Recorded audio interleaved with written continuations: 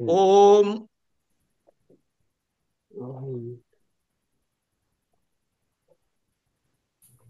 ఓం నమః పాణినికాచ్యాయన పతంజలిభ్యః శబ్ద విద్యా సంప్రదాయ కర్తృభ్యః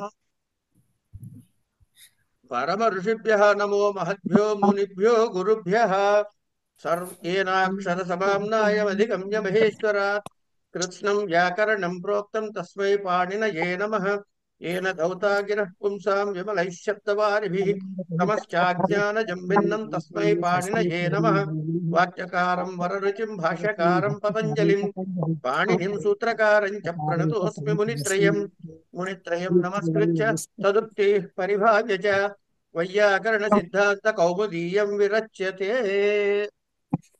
హ్మ్. ఇప్పుడు వ్యాకరణం చదువుకుంటున్నాం మనం. ఇందులో కొన్ని విషయాలు చెప్తా వినండి.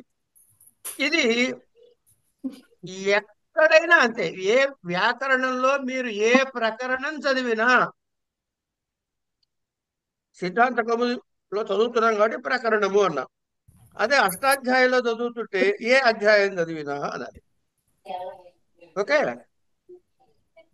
దీన్ని డిస్క్రిమినేషన్ అనే ఒక మాటని పట్టుకోండి. ముందు ఎవరో మనకి సహాయం చేస్తున్నారు మాట్లాడి వెనకాల.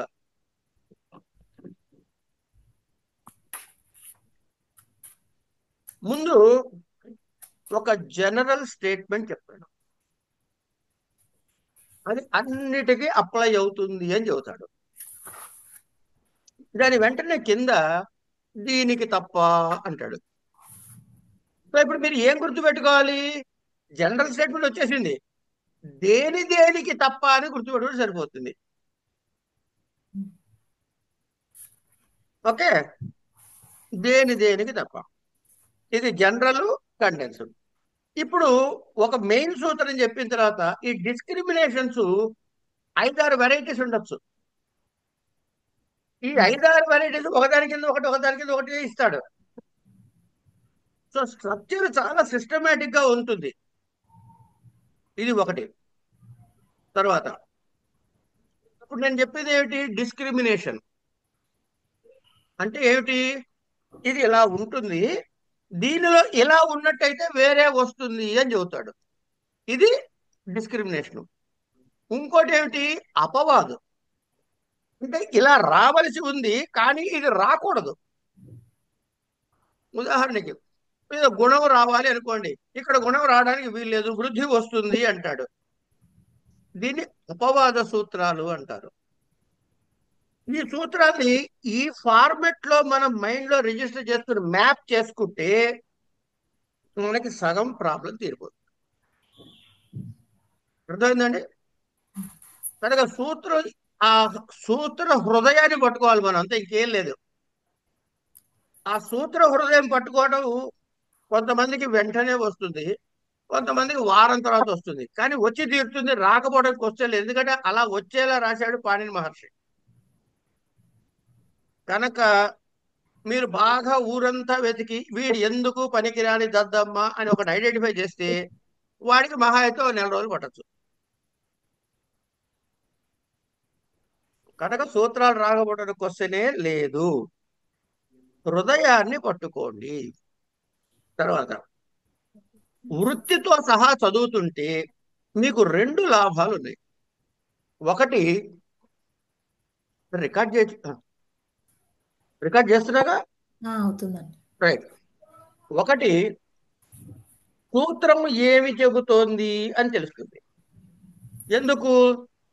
ఇంకా సూత్రములో పైనుంచి ఏమన్నా అనువృత్తులు వచ్చాయా, ఏ అధికార సూత్రంలో ఉంది, దాని ఇంపాక్ట్ ఏమిటి అనే వివరాలు తెలుస్తాయి. అట్లాగే లాంగ్వేజ్ ఇంప్రూవ్ అవుతుంది. వాక్య నిర్మాణం ప్రయోగం అలవాటు అవుతుంది. మీకు సెకండ్ ఇయర్ లో పేపర్ లో ట్రాన్స్లేషన్ ఉంటుంది, ఎస్ఏ రాయాల్సి ఉంటుంది, దానికి ప్రాక్టీస్ కావాలి కదా. అవన్నీ ఇక్కడ ప్రాక్టీస్ అవుతాయి అన్నమాట. అందుకని వృత్తి చదువుతుంటే టెక్స్చువల్ ఫార్మాట్ లో ఉంటుంది కాబట్టి వస్తుంది. అక్కడికి ఆపేసి ఇంకా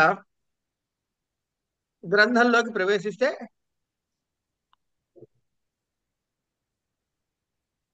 కర్మణాయభిప్రైతి సంప్రదానం అయిపోయింది. చతుర్థి సంప్రదానే అయిపోయింది. చతుర్థి సంప్రదానే అయిపోయింది. తర్వాత క్రియయా యమభిప్రైతి సంప్రదానం అయిపోయింది. ఇక్కడ చూడండి, ఇప్పుడు క్రియయ కర్మణాయమభిప్రైతి సంప్రదానం ఏమండి, క్రియయా యమభిప్రైతి సంప్రదానం. యజే కర్మణ ఇక్కడ ఏమిటి దేనికి వచ్చింది? మీరు ఇక్కడ ఇప్పుడు ఈ రెండు సూత్రాలు ఈ కారిక ఈ వార్తికాన్ని చూడండి. కర్మణ యమభిప్రైతి సంప్రదానం అంటే ఎన్ని ఎన్ని ఎలిమెంట్స్ ఎఫెక్ట్ అవుతున్నాయి? ఒకటే ఎలిమెంట్ ఎఫెక్ట్ అవుతుంది. కర్మకి సంప్రదాయ సంజ్ఞ వస్తుంది. కర్మ సంజ్ఞ ప్లేసులో సంప్రదాయ సంజ్ఞ వస్తుంది. క్రియ యమభిప్రైతి సంప్రదానం క్రియా సంబంధంగా వస్తుంది. కిందదేవిటి తేడా? యజేహ కర్మణ, అదే ఆ క్రియ అన్నది యజి ధాతువుతో వస్తే కర్మకేమో కరణ సంజ్ఞ, సంప్రదాన సంజ్ఞకి ఏమన్నా కర్మ సంజ్ఞ వస్తుంది. అంటే రెండు మార్పులు జరుగుతాయి. పైన ఒక్కొక్క మార్పు, పైన ఒకదాని కరణము, రెండోది క్రియ, మూడు కర్మ కరణముగాను సంప్రదానము కర్మగాను మారుతోంది. అర్థమైందండి? కాలేదా? దీన్ని ఎలా గుర్తుపెట్టుకోవాలి? సంప్రదాన సంజ్ఞ వచ్చేదానికి కర్మ సంజ్ఞ వస్తుంది. మరి కర్మ సంజ్ఞలో ఉన్నదానికి ఏం చేయాలండి? దాని పక్కది కరణ సంజ్ఞ పెట్టండి, అయిపోయింది. ఎట్లా గుర్తుపెట్టుకున్నది మీ ఇష్టం. నేను ఇట్లా గుర్తుపెట్టుకున్నా, అయిపోయింది. రుచ్యర్థానాం ప్రియమాణ. ఎన్ని కండిషన్స్ ఉన్నాయి? రెండు ఉన్నాయి. కనుక ప్రియమాణ కిం అంటాడు ఒక చోట వృత్తిలో. అంటే దీన్ని ఏమంటారు? దళ సార్థక్యములు అన్నాడు. ఈ దళ సార్థక్యాలు గుర్తుపెట్టుకోవాలి. రుచ్యర్థానాం ప్రియమాణ శ్లాఘ్నుస్తాశభాంగీప్సమాన అయిపోయింది. ధారేరుత్తమర్ణ స్పృహేరీప్సిత ఏమండి, క్రుద్రుహ్వా ఈ పెద్ద ప్రతి కోప అయిపోయిన తర్వాత అందులో ఉన్నటువంటి మొదటిది ఏంటి? కృద్దుహ్. ఆ రెండు ధాతువులే మళ్ళీ కిందలో కనపడుతున్నాయి చూడండి. మరి ఎందుకు మారిపోయారు? దీనికి దానికి తేడా ఏమిటి అంటే ఇది ఉపసర్గతో కలిసినప్పుడు అన్నాడు. ఏమండి? ఉపసర్గతో కలిసినప్పుడు అని చెప్పాడు. కనుక ఇలాంటివి చిన్న చిన్న విషయాల్ని మనం గుర్తు పెట్టుకోవాలి.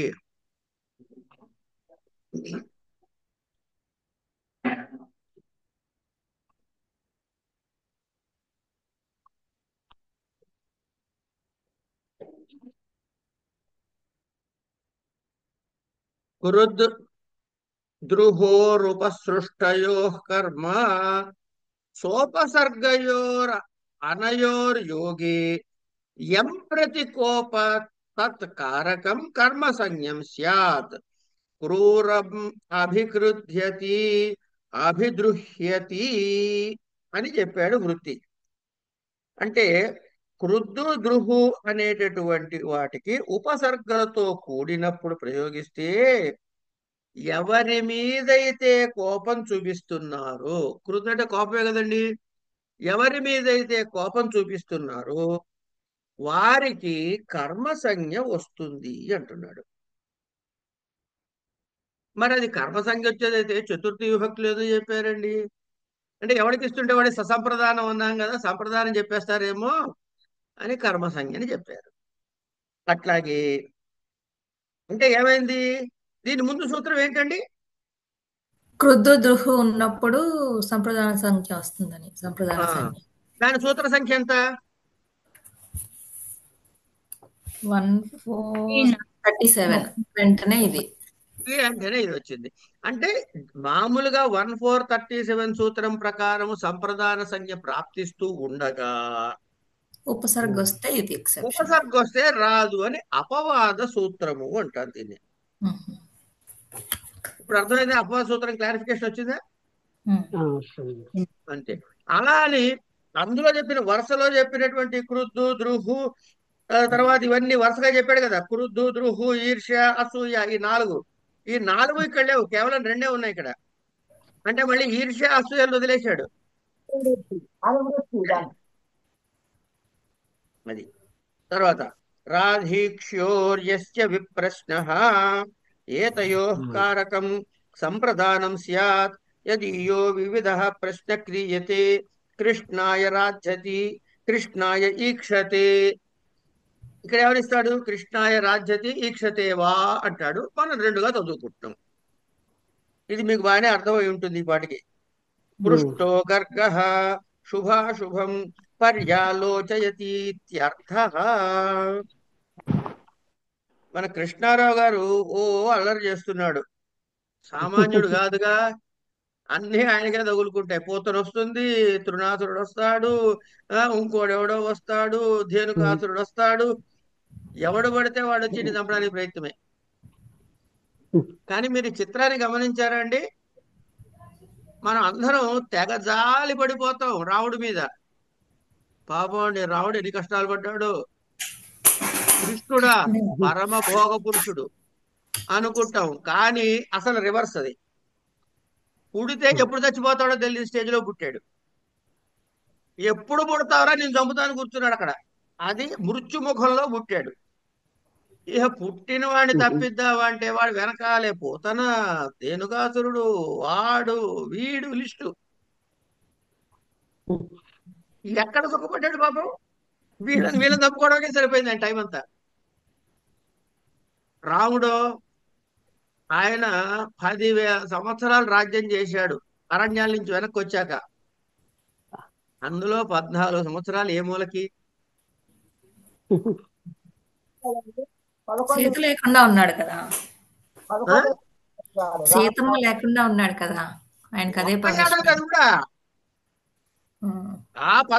ఆ 14లో అండి 10 ఏళ్ళు ఎక్కడున్నారు? దాన్ని ఏమంటారు? దశవర్ష ఖండం అని పెట్టారు విశ్వనాథ సత్యనారాయణ గారి పేరు. 10 ఏళ్ల పాటు చిత్రకూటలో హ్యాపీగా ఉన్నారు. ఆ, ఎవ్వరి గొడవ లేదు. అమ్మగారు పిలుస్తుంది, పొద్దునే వాళ్ళకి వెళ్ళి దండం పెట్టాలి, వీళ్ళు ఏ గోల లేదు. మూడు పిల్లలు హాయిగా తమ్ముడు తెచ్చి పెడుతున్నాడు, కూర్చున్నారు. సీనిక్ బ్యూటీ ఎంజాయ్ చేశారు, గోదావరిలో స్నానం చేశారు. ఎప్పుడెప్పుడు ఎవడైనా రాక్షసులు వేసి వాడు చంపుకుంటూ పోయాడు, అది వేరే విషయం. సరదాగా చెబుతున్నా. అప్పటి నుంచి డేంజరే. జీవన పోరాటమే, జీవన పోరాటం. అలా కాదు, పుట్టక ముందు నుంచి డేంజర్. కనుక ఇక్కడ అర్థం చేసుకోవాల్సింది ఏంటంటే, ఎవరికైనా కష్టాలు వస్తున్నాయంటే వాడు చాలా సుఖంగా ఉన్నాడు, ఆనందంగా ఉన్నాడు, వాడు సుఖపట్టుకోవాలి మనం. సరే, ఇంతకీ ఇది ఎందుకు వచ్చిందంటే ఈ రాధీక్షుడు దగ్గర వచ్చింది.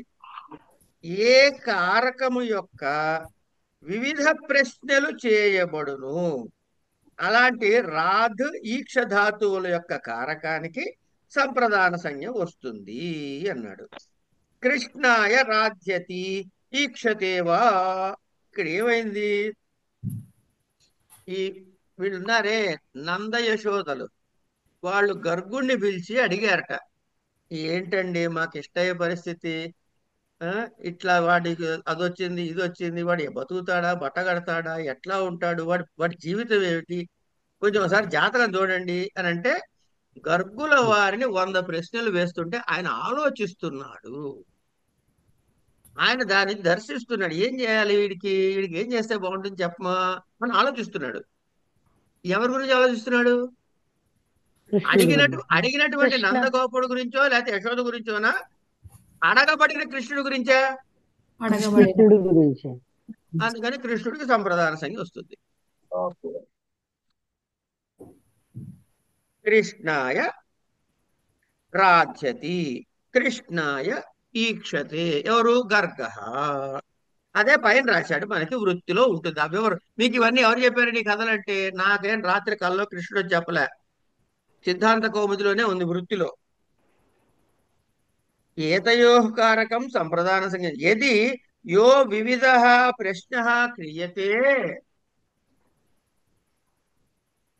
यो यदि यदि यदि यो विविध प्रश्नः क्रियते कृष्णाय राध्यति ईक्षते वा पृष्ठो गर्गः शुभाशुभं పర్యాలోచయతి ఇత్యర్థః.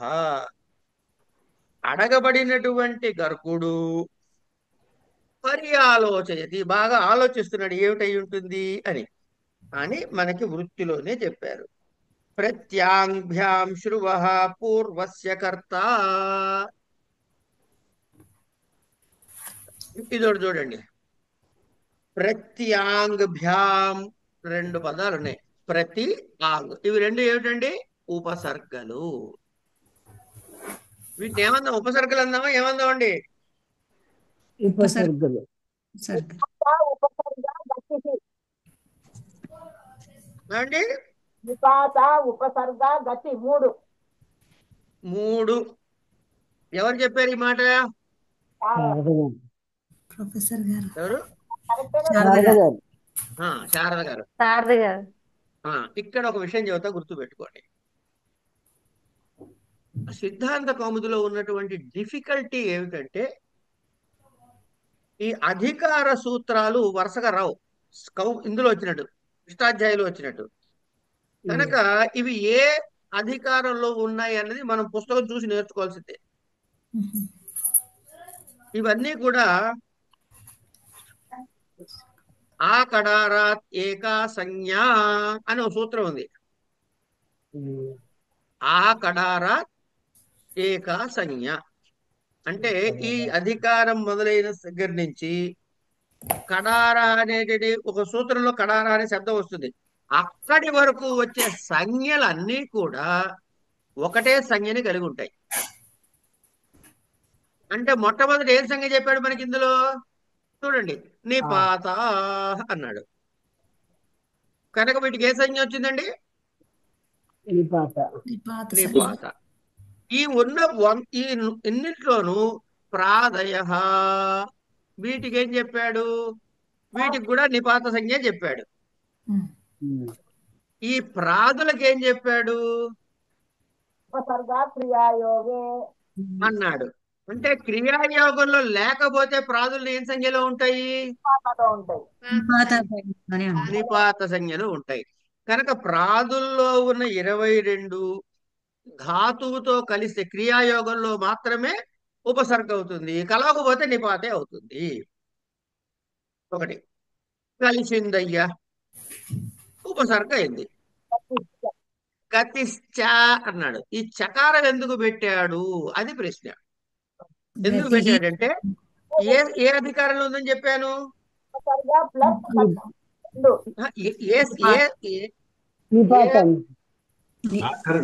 ఆకరణాత్ ఏకః సంజ్ఞ. ఆకడారాత్ ఏక సంజ్ఞ అనే కనుక నిపాత సంజ్ఞ పోతుంది, ఉపసర్గ సంజ్ఞ ఉంటుంది. కానీ గతిశ్చ అన్నాడు కాబట్టి ఇది మళ్ళీ చూడండి అపవాదం. అధికార సూత్రం ఏం చెప్పింది? ఏదో ఒకటే ఉంచుకోవాలి రాబాయ్, ఇది రెండు ఉంచుకుంటుంది. ఏమిటి? ఉపసర్గ సంజ్ఞ ఉంచుకుంటుంది, గతి సంజ్ఞ కూడా ఉంచుకుంటుంది. ఇంకొంచెం ముందుకు పోయిన తర్వాత ఇందులో ఉన్నటువంటి కొన్ని ఉపసర్గలకి కర్మ ప్రవచనీయ అనే సంజ్ఞ వస్తుంది. కర్మ ప్రవచనీయ సంజ్ఞ వచ్చినప్పుడు ఇది ఉంటుందా? ఈ ఉపసర్గన సంజ్ఞ ఉండదు. సంజ్ఞ ఉంటుందా? అది కనుక ఆ సంజ్ఞని బట్టి మనం వెళ్తూ ఉంటాం. సరే, ఇది ఎందుకు చెప్పామంటే ప్రత్యాంగ్యాం శ్రువః పూర్వస్య అన్నాడు. ఎప్పుడు ప్రత్యాంగ్ ఏమిటి అని అంటే ఉపసర్గాన్ని చెప్పం, నిపాతలనే చెబుతాం. కానీ ఏ ధాతుతో కలిసిన తర్వాత దాని ఉపసర్గ సంఖ్య వచ్చేస్తుంది. ఆభ్యాం పరస్య, ఆభ్యాం ఈ రెండిటికి పరస్య శృణోతేర్ యోగే పూర్వస్య ప్రవర్తనారూపస్య వ్యాపారస్య కర్త సంప్రదానం స్యాత్. విప్రాయగాం ప్రతి శృణోతి ఆ శృణోతి వా ప్రతి ఆంగ్ అన్నాడు కదా, అందుకని విప్రాయగాం ప్రతి శృణోతి విప్రాయగాం శృణోతి. ఇప్పుడు ఇది ఉపసర్గ అయిపోతుంది, ఎందుకు శృణోతితో కలిసింది కాబట్టి.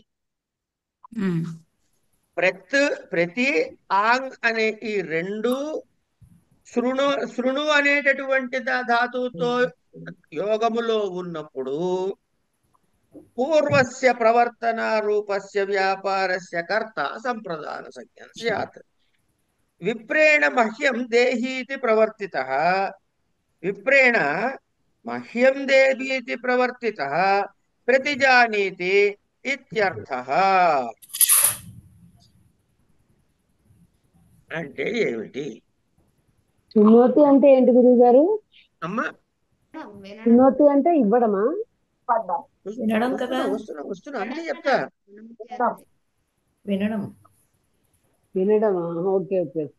శ్రవణం. ఉమ్. ఓకే. శృణోతి అంటే వినటం అయి ఉండొచ్చు, ప్రతి శృణోతి ఆ శృణోతి అంటే అర్థం మారిపోవచ్చు, మారిపోతుంది కూడా. ఎందుకు? ఉపసర్గతో చేరినప్పుడు అర్థాలు మారిపోతాయి. ఓ. హరతి సంహరతి ఆహరతి ప్రహరతి హరతి. విహరతి మయ అన్ని కొట్టడమైనా విహరతి కూడా చెప్పండి అమ్మా అందాం అనుకున్నా. ఆహరతి కనుక ఈ శృవ ఈ ధాతువుతో కలిసినప్పుడు అంటే ప్రతి ఆంగ్ ఉపసర్గలు పూర్వముగా ఉండి శృ ధాతువు యొక్క సంబంధం ఉంటే పూర్వకాలమందున్నటువంటి ప్రవర్తన రూపమైన వ్యాపారము యొక్క కర్తకి సంప్రదాన సంజ్ఞ వస్తుంది.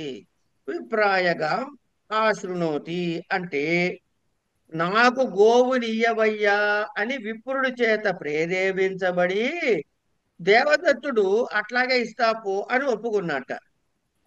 ఇక్కడ ప్రేరేపించిన వాడు ఎవడు? విప్రుడు. అంటే ఏమైంది? ప్రవర్తన రూప వ్యాపారములో కర్త యొక్క విప్రునికి సంప్రదాన సంజ్ఞ వచ్చింది. విప్రాయ విప్రాయ గాం ప్రతి శృణోతి ఆ శృణోతి. చెప్పండి ఉమగారు. గురువు గారు, ఇది ఈ ప్రవర్తన రూప వ్యాపారము అంటే అర్థం కాలేదండి. అదే చెప్తున్నాగా. అసలు ఈ వ్యాపారం అంటేనే అర్థం కావట్లేదు, చాలా సార్లు వాడుతున్నారు అది.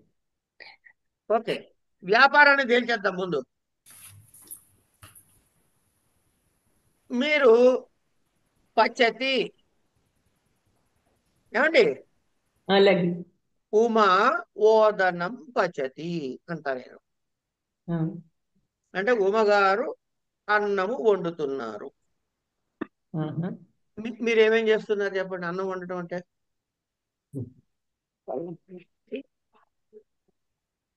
గట్టిగా ఉన్న బియ్యాన్ని మెత్తగా చేస్తున్నారు, అంతే కదమ్మా ఉమాగారు? మరి ఒప్పుకోవట్లేదు. అంతే అంతేనండి, అంతే గురుగారు. అది కాదు, ఇక్కడ జోకు లేకూడదు క్లాసులో కాబట్టి వేయట్లేదు, లేకపోతే మామూలుగా ఏదో ఇంకో జోక్ వేసుకునేవాళ్ళం. ఇక్కడ మేమైతే ఫ్రెండ్స్ లో అయితే వేసుకునేవాళ్ళం, వద్దు ఇప్పుడు వద్దు. సరే, బియ్యము మెత్తపరచటము అన్నది ప్రక్రియ. కనుక బియ్యం తీసుకుని ఉమగారు ఓదనం పద్ధతి అంటే ఉడికిపోతుందా? ఏం చేస్తావమ్మా? అది దాన్ని కడిగి నీళ్లు పోసి స్టవ్ మీద పెడతాం. చెప్పు. ఇంకా ఇంకా అలా చెప్పొద్దు. బియ్యము కడిగాను, నీళ్లు పోసాను. నీళ్లు పోసాను. చెప్పండి ఉమ్మగారికి చెప్పాలి. స్టవ్ మీద పెట్టాను, ఉమ్, అది ఉడికిన తర్వాత దించాను. స్టవ్ వెలిగించరా? లో పోసాను, దాంట్లో నీళ్లు పోసాము, దాన్ని కడిగాము. నువ్వు నీ పేరు ఉమ కాదు.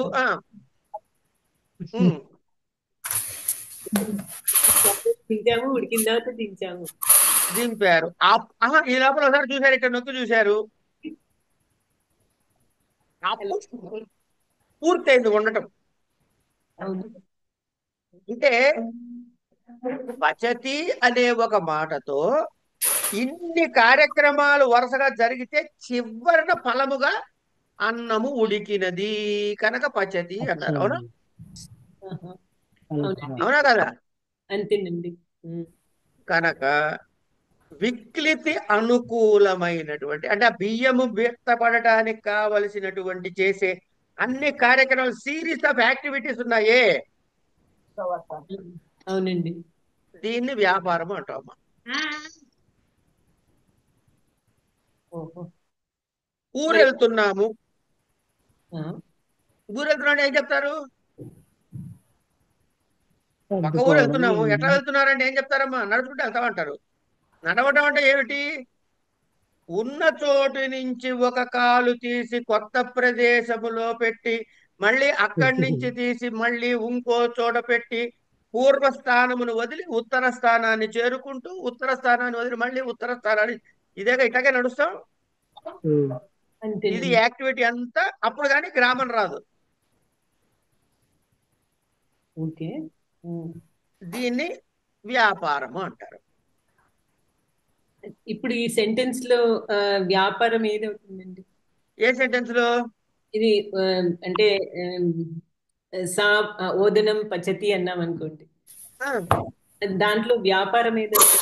పచతి మీరు బియ్యం కడుగుదామని బుర్రలో వచ్చిన ఆలోచన దగ్గర నుంచి ఉడికించి గిన్నె స్టవ్ మీద నుంచి కింద దింపే వరకు మధ్యలో జరిగిన సమస్తము ఆ వ్యాపారమే. అంటే ప్రాసెస్.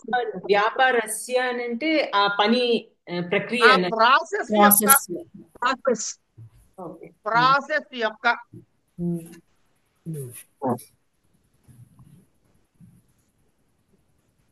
అలాగే ఓకేనా తల్లి? అర్థమైందండి. రైట్. ఎందుకంటే డౌట్ ఉండి ముందుకు వెళ్ళకూడదు, వెళ్తే అది అదే కడుపులో తిరుగుతూ ఉంటుంది. ఇక్కడ ఏం చెబుతున్నాడు? దేవదత్తుడిని విప్రుడు వెళ్ళి అడిగాట, బాబు నాకు ఒక ఆవు ఇప్పించండి అయ్యా అని. ఆయన సరే అన్నాడు. ఇది ఇక్కడ జరిగిన విషయం. విప్రాయగా ప్రతిశృణోతి, అయ్యా ఆ విప్రుడు నాకు ఆవుని ఇప్పించాడు బాబు అన్నాడు. ఆవుని ఇప్పించండి అని ఏంటి? దానికి పదం ఏమిటి? ప్రతిశృణోతి, ఆ శృణోతి అని. చేత నాకు ఆవు ఇవ్వు అని విప్రుడి చేత ప్రేరేపించబడిన అంటే అడుగబడిన దేవదత్తుడు ఏమంటున్నాడు? అలాగే ఇస్తా అని ఒప్పుకున్నాడు. ఇక్కడ ప్రేరేపించిన వాడెవడు? విప్రుడు. విప్రుడు. ఇస్తున్నవాడెవడు? దేవదత్తుడు. దేవత. దేవదత్తుడు ఇస్తున్నాడు కాబట్టి కర్త అవుతాడు. కానీ దేవదత్తుడిని ప్రేరేపించిన వాడు ఏమవుతాడు? పూర్వకర్త అవుతాడు. అంతే కదమ్మా? ఇగో వాడు ఎవడో వచ్చాక మనకు పావులా ఇచ్చి పంపించండి అంటారు అనుకోండి, వాడు ఒకడు ప్రేరకుడు ఉన్నాడు మనకి. నాకు ఒక ఆవుని ఇప్పించండి బాబు అని విప్రుడు అడిగాడు. సరే ఇస్తా పోవయ్యా అన్నాడు దేవదత్తుడు. ఇద్దరికి కర్తే కదా, ఇద్దరు కర్తలే కదా ఇక్కడ. కనుక పూర్వకర్తకి ఏం చేస్తున్నారు? సంప్రదాన సంఘ ఇస్తున్నారు. కనుక ఇట్లా దేవదత్తుడిని ప్రేరేపించిన వాడు విప్రుడు కనుక ఆ ప్రవర్తన రూప వ్యాపారము యొక్క ఆ ప్రవర్తన రూప వ్యాపారం యొక్క కర్త ఎవరంటే విప్రుడు. అతనికి సంప్రదాన సంజ్ఞ వస్తుంది అని చెప్పాడు. ఇది ఇప్పుడు చెప్పుకున్నటువంటి ఈ సూత్రం. ప్రతిశృణోతి రాజీక్షో అంటే ఇవ్వడం అండి. అయితే అమ్మా ప్రతిశృణోతి అంటే ఇవ్వడం అనే అర్థం ఇవ్వమని వస్తుంది. అడిగాడని. నాకు అంటే ఆవు ఇవ్వమని అడిగాడు కదా. ఆ, అంటే ప్రేరణకర్త సంప్రదానం పొందాడు ఇక్కడ. అంతే. అదంతా ఓకే. మామూలుగా ప్రతిశృణోతి అనే వర్బ్ కి మీనింగ్ ఏంటవుతుంది అని. శృణోతి అంటే వింటాము, ప్రతిశృణోతి అంటే వాడు అన్నవాడు అని అనుకోండి. వాడు అనగా విన్నవాడు వీడు. ఆశృణోతి అంటే ఏంటండి? రెండిటికి ఒకటే మీనింగ్. రెండిటికి ఒకటే మీనింగ్.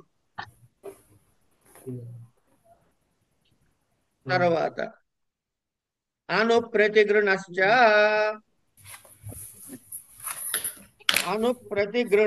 అదేనా? కరెక్టేనా? అనుప్రతిగృణశ్చ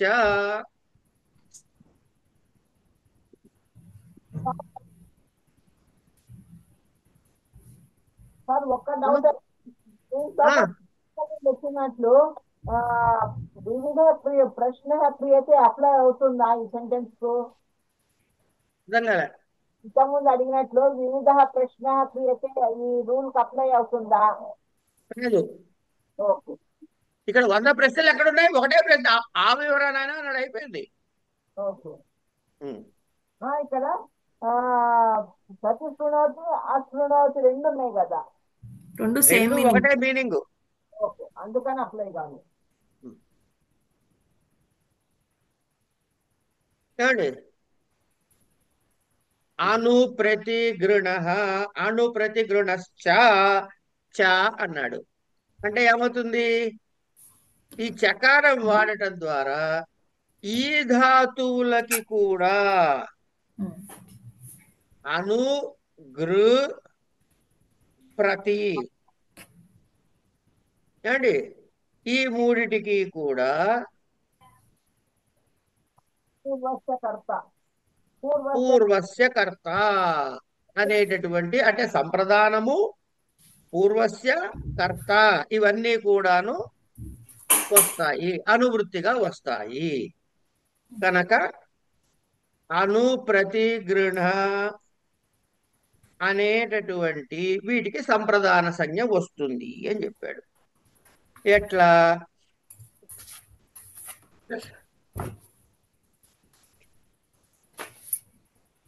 అను ఉపసర్గపూర్వకముగా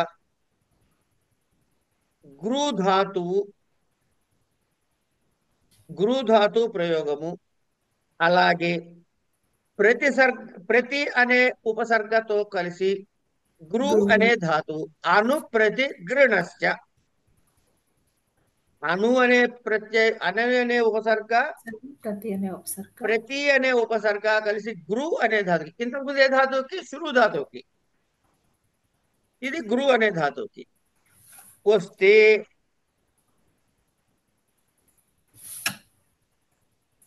ఏమండి, దీనికి కూడా అంతే. ఎట్లా అంటే చూడండి, ఇక్కడ అను ప్రతి అనే ఉపసర్గలు ముందున్నటువంటి గృ అనే ధాతువుకి దాని పూర్వతన వ్యాపారము యొక్క కర్తృరూపము, సేమ్ మిగతా కామనే, పూర్వతన వ్యాపారము యొక్క కర్తృరూపమైన దానికి సంప్రదాన సంజ్ఞ వస్తుంది. ఎట్లాట? హోత్రే, ఇక్కడ పైన చదువుదాం. ఆభ్యాం గృణాతే కారకం పూర్వ వ్యాపారస్య భూత ఉక్త సంజ్ఞం స్యాత్. ఉక్త సంజ్ఞ అంటే సంప్రదాన సంజ్ఞ. హోత్రేను గృహ్ణాతి ప్రతిగృహ్ణాతి వా, హోత్రే అనుగృహ్ణాతి హోత్రే ప్రతిగృహ్ణాతి. హోత ప్రథమం శంసతి తం అధ్వర్యుః ప్రోత్సాహయతీత్యర్థః. హోత ప్రథమం సంశయతి తమధ్వర్యుః ప్రోత్సాహయతీత్యర్థః. హోత ఇది యజ్ఞయాగాదుల్లో చేసేటటువంటి విషయం. అంటే శంసనము అంటే ఆ యాగంలో చేసేటటువంటి మంత్రోచ్చారణ విభాగాల్లో ఒక భాగాన్ని శంసనము అన్నాం. ఈ శంసనము అంటే మంత్రోచ్చారణ చేస్తున్నప్పుడు ఎవరు చేస్తున్నారు? హోత చేస్తున్నాడు. ఈ చేస్తున్న వాడిని దాని తర్వాతి మంత్రోచ్చారణ మందు, అంటే ఏం లేదండి, రెండో ఎక్కం చదువుతున్నాడు అనుకోండి మీకు అర్థం కావడానికి, మూడో ఎక్కం కూడా చదవయ్యా అన్నాడు ఆయన. అంటే మన మంత్రాలు తెలియదు కదా, మనం యజ్ఞ కర్మలు చేసావా తెలియదు కనుక మనం అర్థం చేసుకునే భాషలో చెప్తాం. హోత రెండో ఎక్కం చదువుతున్నాడు, అప్పుడు అధ్వర్యం ఏం చెప్పాడు? మూడో ఎక్కం కూడా చదవయ్యా అన్నాడు. అది విషయం. ఏమండి, శంసనము అనగా మంత్రోచ్చారణ చేయుతున్న హోతను తదనంతర మంత్రోచ్చారణమునందు అధ్వర్యువు ప్రోత్సహిస్తున్నాడు అని అర్థం. అంటే ముందు అసలు ప్రారంభం చేసి మంత్రం చదువుతున్నవాడు ఎవడు ఇక్కడ? ఆయనకి సంప్రదాన సంజ్ఞ వస్తుంది. హోతృ శబ్దానికి చతుర్థి విభక్తి రూపం ఏమిటి? హోత్రే. జగదేక పిత్రే జగదేక మాత్రే శ్రీమాత్రే నమః. రుకారాంత శబ్దం. రుకారాంత శబ్దానికి చతుర్థి విభక్తి త్రే వస్తుంది. సరే, గురుగారు అధ్వర్యువు అంటే ఏంటండి?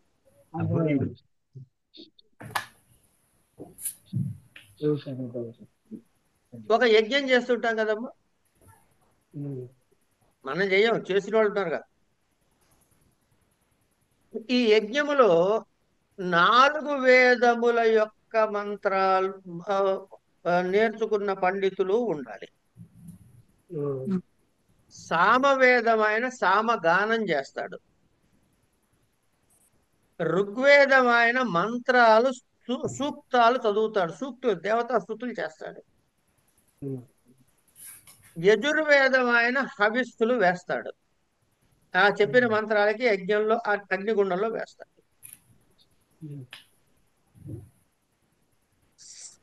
అధర్వ వేదం ఆయన పై ఎత్తున చూస్తూ వీళ్ళు ఎక్కడైనా తప్పు చెబితే సరిదిద్దుతాడు.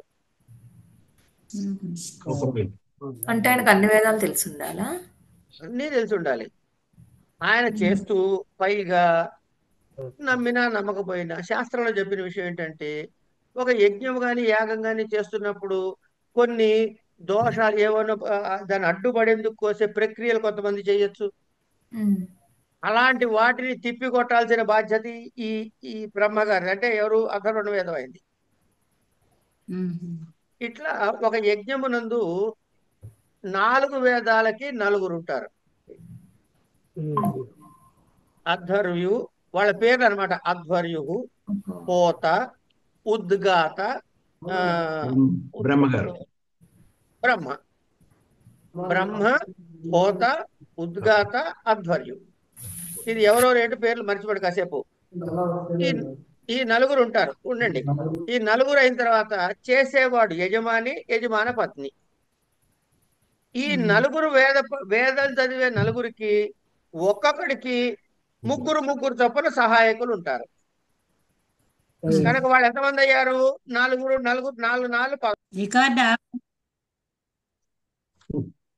పరిక్రయణే సంప్రదానం అన్యతరస్య అన్నాడు. సంప్రదానం అన్యతరస్య, ఈ పదం పట్టుకోండి. అంటే ఏమిటి? పరిక్రయణే సంప్రదానం అన్యతరస్య. పరిక్రయణం అంటే ఏమిటో తెలుసా అండి? ఇంతకీ అసలు ఫస్ట్ పరిక్రయణం అంటే తెలుసుకోవాలి కదా. ఇగో అబ్బాయి, నువ్వు మా ఇంట్లో ఈ పని చెయ్యాలి, ఓ 4 రోజుల పాటు పని చెయ్యాలి, ఓ వారం పని చెయ్యాలి, నేను నీకు ఇగో ఇంత డబ్బులు ఇస్తాను అని చెప్పి ఎవరినైనా పనిలో పెట్టుకుంటే దాన్ని పరిక్రయణం అంటారు. అంటే ఎవరినైనా ఒక నిర్ణీతమైన కాలము, ఒక నియతమైనటువంటి వేతనానికి సేవకుడిగా పెట్టుకున్నట్లయితే ఉండు అని ఇస్తే, అలా ఇచ్చి స్వీకరించటాన్ని పరిక్రయణము అంటాం. ఈ పరిక్రయణంలో ఏమిటవుతుంది? సాధకతమం సాధకతమ కారకం, అంటే సాధకతమం కారణం కదా, కరణకారకం రావాలి, కరణకారకం రావాలి. కానీ ఇక్కడ ఏం చేస్తున్నాం? సంప్రదాన సంజ్ఞ వికల్పముగా కలిగినది అవుతుంది. వికల్పముగా అంటే ఎయిదర్ దిస్ ఆర్ దట్ అని. కనుక 2 కారకాలు వాడచ్చు. సాధకతమం కాబట్టి కరణకారకము వాడచ్చు, లేదా సంప్రదాన సంజ్ఞ ఈ సూత్రం ప్రకారం ఆప్షనల్ గా వస్తుంది కాబట్టి సంప్రదాన సంజ్ఞ కూడా వాడచ్చు. ఇప్పుడు సాధకతమం ఎలా అయిందంటే, అంటే ఆమె ఇన్స్ట్రుమెంటే సాధకతమం ఎలా అయిందండి? పనిలో పెట్టుకోవడం. పనిలో నీకు ఇంత ఇస్తాను అంటే కదా నువ్వు ప్రేరణ పొంది నా దగ్గరికి వస్తున్నావు తల్లి. సో నేను ఇస్తాను అన్నది నీకు ప్రేరకం, దట్ ఈస్ ద కారకం. ఇప్పుడు మీరు నా దగ్గర, నేను మీకు 100 రూపాయలు ఇస్తానమ్మా, నాకు ఇంకో ఇది కొంచెం ఈ నోట్స్ అంతా రాసి పెట్టి నీట్ గా అని అన్నాను అనుకుందా నీలిమని, నువ్వు సరే అని దేనికోసం అన్నావు చెప్పు? 100 రూపాయల కోసం. కనుక నీకు ఏమిటైంది? సాధకతం ఏంటి? నువ్వు ఎందుకు ఒప్పుకున్నావు అంటే కారణం ఇదే కదా, కారణం అవుతుంది. ఓకే. కనుక ఆ కారణానికి అంటే ఇది ఇన్స్ట్రుమెంట్ శతేన కాదు, కారణం. శతేన అనాలి. శతేన పరిక్రీణాతి.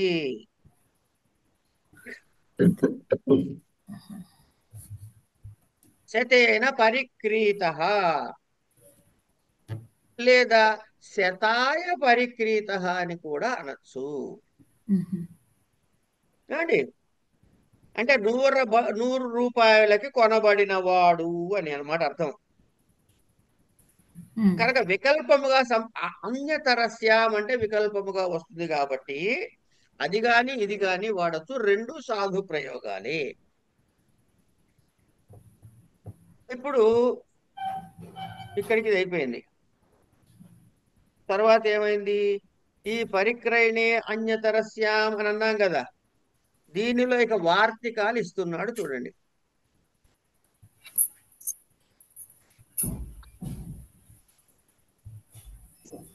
ఎన్నున్నాయి? 4 వార్తికాలు ఉన్నాయమ్మా ఇందులో.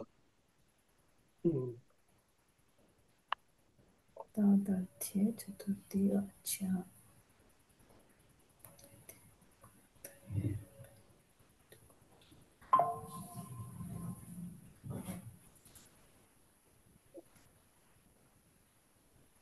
ఒక పావు గంట ఎక్కువ కూర్చునేందుకు ఓపిక ఉందంటే చతుర్థి విభక్తి పూర్తి చేసేసుకుందాం. లేదు అనుకుంటే ఈ వార్తికాలతో కలిపి రేపు పూర్తి చేసుకుందాం. ఏం చేద్దాం?